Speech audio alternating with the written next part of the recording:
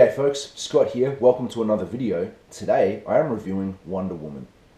Wonder Woman is the now fourth movie in this current range of DC Universe movies where, Warner Brothers and DC are clearly trying to get to where Marvel are. This has been a bit of a train wreck, especially publicly, the series of films going up. Like, they're pretty hated, most of the films. I think they're not as bad as everyone likes to make them seem out to be, but they definitely have their issues. They started with Man of Steel, re-establishing Superman, and I like 90% of that movie. I don't think it's as bad as a lot of people said. I don't get all wound up about the destruction at the end. I think, it looked cool, and that's all it's supposed to do is be a cool comic book, Superman action movie, and they did a really good job of it. The thing I've never forgiven with that movie was them changing, or at least in my knowledge, not being a comic guy, changing from what I knew as the death of Jonathan Kent being Superman's adopted father on Earth. Changing that to be this like tornado thing where, he tells Clark, don't help me, like just stay there, I don't want people to know who you are, and Clark basically allows him to die. I've never understood that. It never worked for me as a character move as far as Clark and Superman goes. I can't understand why he wouldn't have just saved the dude and dealt with the consequences after and still had his father. I think in the traditional storytelling of that, where Jonathan Kent had died of a heart attack, that really showed Superman the difference between him and humanity, and the fact that we were frail and there were things that he couldn't control and couldn't change, and that really strengthened the character for me. So that was their biggest fuck up as far as Man of Steel is concerned, I think. Then they had Batman vs Superman, which again I think is hated a lot more than perhaps it should be. There's certainly worse superhero movies out there in the world. It just had a lot of hype. Again, not being a comic guy, like I didn't see the, Dark Knight Returns like subject material until after I'd seen that, so I didn't have that benchmark or precedent going into it. For me, the biggest travesty of that and the one that came after it were the trailers. All of these range of DC movies were before I stopped watching trailers last year. I ended at Suicide Squad last year when that came out. It was the last movie I watched trailers for that I was looking forward to. Batman vs Superman, as I've said before, was ruined by trailers. The fact that they team up at the end, the fact that Wonder Woman was in it, the fact that General Zod's corpse became Doomsday, all these key story points for me were given away in the trailers before I saw it. I didn't know any of those things would have been in there because I'm not a comic book guy, so you ruined the best parts of those movies, that movie for me, before I ever saw it, and that was unforgivable, I feel. The same thing kind of happened with Suicide Squad. They gave away all the best character interactions, all the funny lines. They misrepresented the Joker's role in the movie, so that when people finally saw it, they're like, well, hang on, I've seen all this funny shit, and why isn't the Joker the bad guy? It's this weird, Aztec CGI, Ghostbusters, lasers in the sky fiasco at the end that was, kind of shitful. But I feel that I probably would have enjoyed that movie more had I never seen a trailer for it. So that brings us now to Wonder Woman. Obviously, the character of Wonder Woman and the actress had already been established in Batman v Superman, being Gal Gadot, I think is the pronunciation for her name. She's great, she is absolutely stunning to look at. She's really good at the action stuff. She seems to be a fine actor. She was great in the role. The one thing I found about this movie versus those other DC films in this range was this movie actually had a heart and soul. It told a story that was pretty interesting, being another origin story.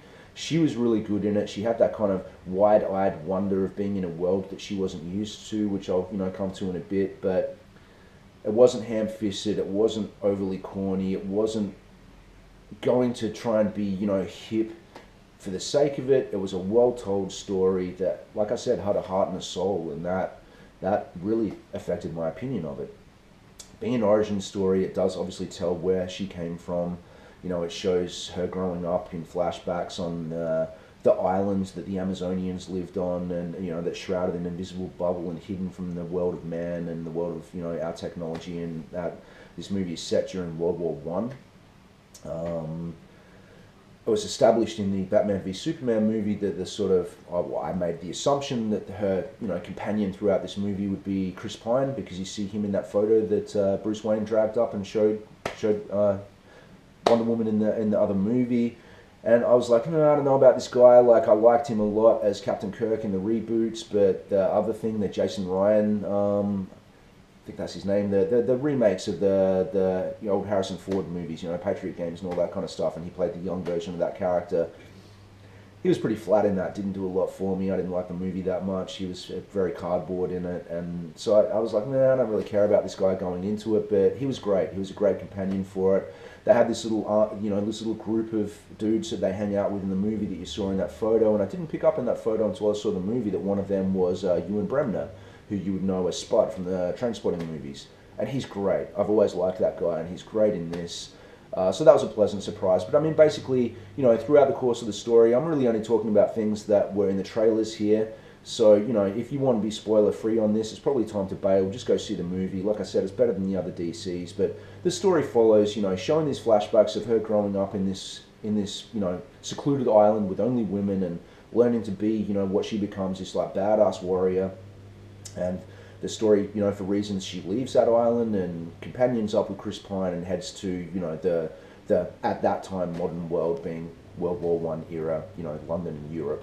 And, you see London in that era and all that kind of stuff. It's all pretty well done. And like I said, they don't overplay her not understanding our world and sort of, never having met a man before and never seen, customs at that time. And of course, customs at that time were very woman in her place. You don't speak when not spoken to, and you don't have a job above this level, and you certainly have nothing to do with the military or anything. And Chris Pine's character being a, behind the lines spy guy, like high level, spy for the military, he's going into boardroom meetings and things like that at points in the movie, and she's obviously tagging along with him, and they're all horrified that this woman dares to speak and whatever. It doesn't go overly into the whole feminist kind of thing, but it kind of worked in the, helping to set her opinion on our world. And here's a woman who's been raised with really strong morals and has an idea of how the world should be and how people should be treated, and was raised on the mythology of, Zeus and Ares and all these kind of things. So coming into our world where none of that exists and all, it was not overly played, but it was played well. The sets were really well done. Whenever it was a practical set, it was very good. Costume was really good. The action was really well done.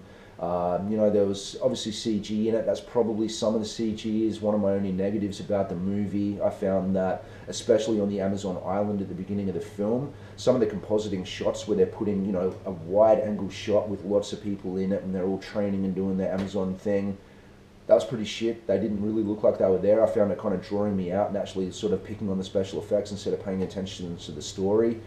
That was probably the worst in the movie. I found a fair few of those scenes on the island at the beginning that just really stood out as glaringly composited shots and poorly rendered. But throughout the rest of the movie, it was fine. There were obviously some big set pieces with huge amounts of special effects and CGI, but mostly they were really good. And like I said, whenever there was a practical set, that really was a lot better. My only other complaints, I guess, would be the bad guy, who I won't reveal, and it's hard to say obviously why, but I just found it a little underwhelming. Being a horror guy, I'm very driven by bad guys. It really takes an interesting bad guy to just complete a picture for me and to really hold my interest in a movie. So the bad guy in this wasn't so much my cup of tea, and it didn't really grab me, but the rest of the movie was so interesting, and it was, funny and witty and not overly stupid, I forgave that. So I'm really nitpicking here. Like, I really overly enjoyed the movie. There's just a couple of things that, sort of stood out to me if I had to find something negative to say about it. But out of the 4 DC movies in this current cycle of movies, it's hands down the best. Great tone, like I said, heart and soul, orchestral music instead of trying to be hip and have songs and such. I liked it being set in an era that I didn't expect it to be. I thought it would be set during our time because, again, no trailers and whatnot. It was good. It was really good. Yeah, I think you should see it. It's probably, I think, the best DC Warner Brothers movie since The Dark Knight, which is saying a lot because The Dark Knight is incredible. It's certainly not as good as, and I'm not comparing it to, but in the 4 or 5 movies they've done since then, this is hands down the best in that range. So yeah, I reckon you should definitely go and see it. The good performances, some cool special effects, an interesting story, a cool origin thing. It makes me feel happy that DC have finally got a movie right.